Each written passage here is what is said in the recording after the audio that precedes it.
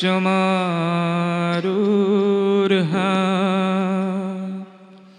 पतितान्यनरकारनवे यस्तानोद्धारते तस्मै श्रीगुरुवे नमः। नन्दस्तु कुसुमसाक्षात् यशोदा सत्य सन्धिका तनुजो शङ्करनामः कलिकल्मषनाशका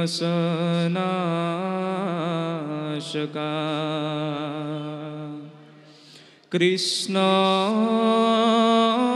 प्रियतमात्मा शंकर परम गुरु इत्येहं प्रार्थये नित्यं सत्यं सत्यं पुनः पुनः वर्णानामर्थसङ्घानां रसानां सन्दशामपि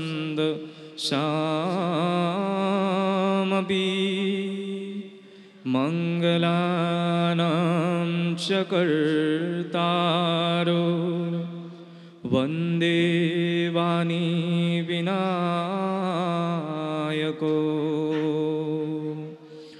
भवानी शंकर वन्दे श्रद्धा विश्वासरूपिणो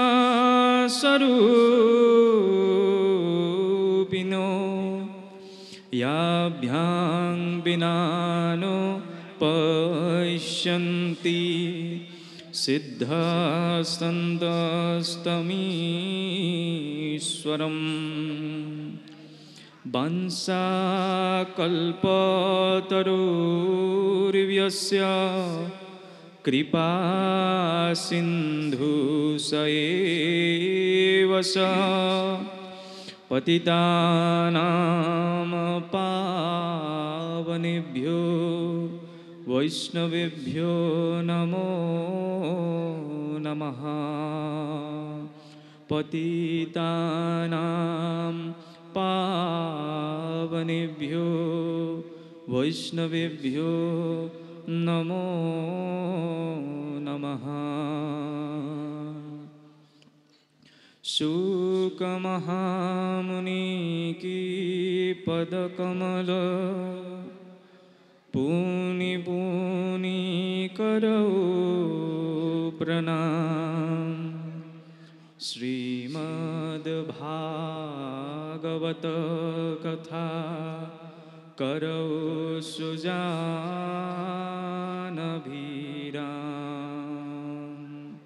अयमारम्भ शुभाय भवतु।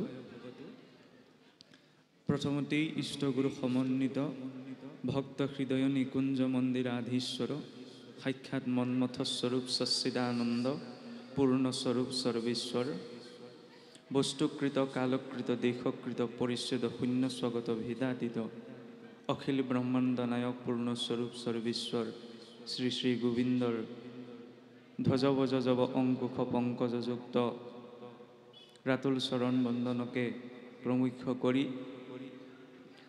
সেই রাতুল চরণ লিখিত পদমকৰন্দ পান কৰাৰ উদ্দেশ্যে আজি এই দ্বিতীয় এই দন নিমাই হৰিম গৃহত দুদিনীয়াকৈ উদযাপিত শ্ৰীমদ ভাগৱত পাঠ আৰু ব্যাখ্যানুষ্ঠানৰ উদ্দেশ্য কৰি আসনাধীষ্ঠ হৈ থকা শোকব্যাসস্বৰূপ পাঠকীদ্বয়কে প্ৰমুখ্য কৰি হৰিগৃহত উপবিষ্ট হৈ থকা বৈকুণ্ঠৰ পাৰিষদ স্বৰূপ ভক্ত বৈষ্ণৱবৃন্দ ব্ৰজধামৰ গোপীসদীক আইমাতৃসকল ভগৱন্তৰ নিত্য সংগী গোপবালক স্বৰূপ যুৱবন্ধুসকল আৰু এই অনুষ্ঠানটিৰ জৰিয়তে এই স্থানত প্ৰজ্বলিত হোৱা ভক্তি প্ৰদীপ গছিৰ ইন্ধনস্বৰূপ সমূহ কাৰ্যকৰ্তা আৰু কৰ্মকৰ্তাসকল সবাদিকে আমি সেৱা অৰ্পণ কৰা হৈছে। আজি যি উদ্দেশ্যে আমি আপোনাসৱৰ অগ্ৰত আসনাধিষ্ঠ হোৱা হৈছে, সেই সম্পৰ্কত আমি নিজৰ বুদ্ধিৰ আধাৰত কিবা এটি উপস্থাপন কৰিবলৈ যোৱাৰ আগমুহূৰ্তত এটা কথা স্বীকাৰ কৰিব লাগিব যে পূৰ্ব দিৱসত শ্ৰদ্ধাৰ শান্তনু বুঢ়াগোহাঁই প্ৰভু জনাই আপোনাসৱৰ অগ্ৰত শ্ৰীমদ ভাগৱতৰ তৃতীয় স্কন্ধ সম্পৰ্কীয় ব্যাখ্যা আগবঢ়াই গৈছে। আজি সেই ধাৰাকে ৰক্ষা কৰি পৰৱৰ্তী অংশৰ পৰা ইতিমধ্যে পাঠ আৰম্ভ হৈছে আৰু তাৰ অনুক্ৰমে আমি সাধ্যানুসাৰে আগবাঢ়ি যাব বিচৰা হৈছে। তাৰ আগমুহূৰ্তত যে শৰীৰত আছে কলি কৃতযত দুখ গুচুক প্ৰথমে কৰা হৰি হৰি ঘোষ। যে কলিত জন্মগ্ৰহণ কৰা মাত্ৰকে প্ৰত্যেক জীৱ মাত্ৰই যে কলিৰ প্ৰভাৱৰ দৃষ্টিৰে যদি চাওঁ, যে আমাৰ মানসিক শাৰীৰিক সামাজিকেই হওক বা অন্তঃকৰণভাৱেই হওক, আমি বিভিন্ন দুখজনিত কাৰণত এই সংসাৰত বৰ্তি আছোঁ। গতিকে দুখৰ কথা ক'বলৈ গ'লে শেষ কৰিব নোৱাৰি। গতিকে সেই সমস্ত দুখৰ নিবৃত্তিও আমাৰ মনুষ্যৰ পক্ষে সম্ভৱ নহয়, কাৰণ আমাৰ বৌদ্ধিক চেতনা ইমান উচ্চস্তৰীয় নহয় যেন আমি কেৱল নীতি নিয়মৰ মাজতেই বদ্ধ ৰাখি নিজকে সম্পূৰ্ণ শুদ্ধ বুলি ক'ব পাৰিম। সেইবাবে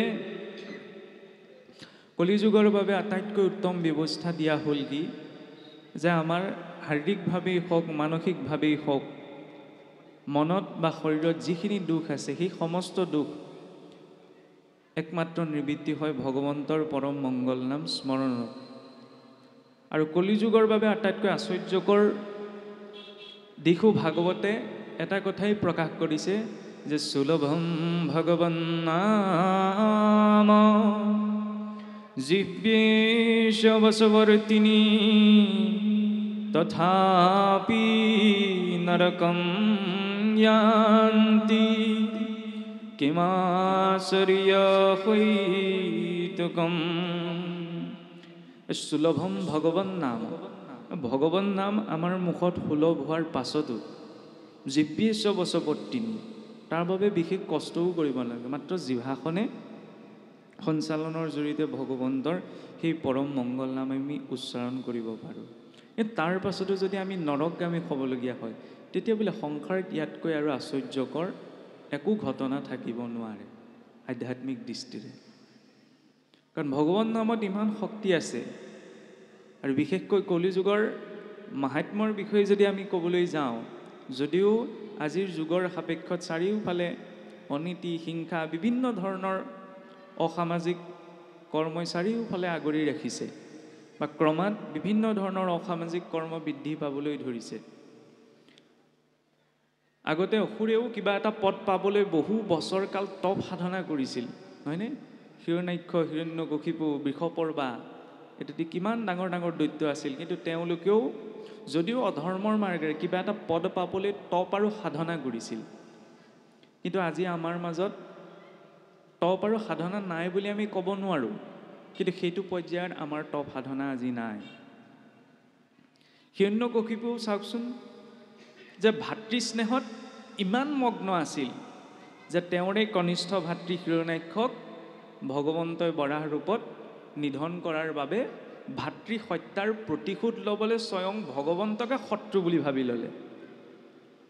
কিন্তু তাৰ বিপৰীতে আজি কলিযুগৰ ব্যৱস্থা চাওকচোন, একে ভাই ককাইৰ মাজত কিন্তু বহু ক্ষেত্ৰত মিলা প্ৰীতি নাই।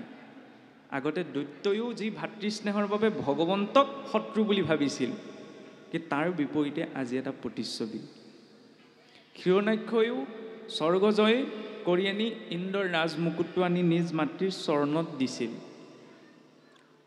কিন্তু কেতিয়াবা কিছুমান ক্ষেত্ৰত যদি আমি নিউজ পেপাৰখনি চাওঁ, যিকোনো এটা দিশলৈ চাওঁ, যে কোনো পিতৃ মাতৃৰ প্ৰতি কৰা বেয়া ব্যৱহাৰেই হওক বা কটু বাক্যই হয়, সেই ব্যৱহাৰটোৱে কিন্তু সম্পূৰ্ণ বিপৰীত প্ৰতিচ্ছবি এখন এই যুগত আমাক দেখুৱায়।